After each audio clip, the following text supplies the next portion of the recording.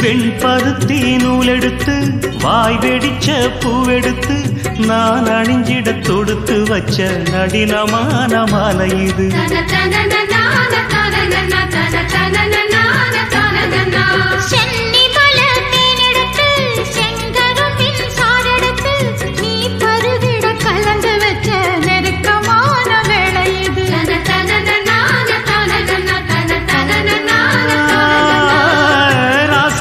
உடம்பிருக்கும் ரவிக்க துணி நானாக அன்னாடம் சூடி கொள்ள ஆசை வச்சாகாதா.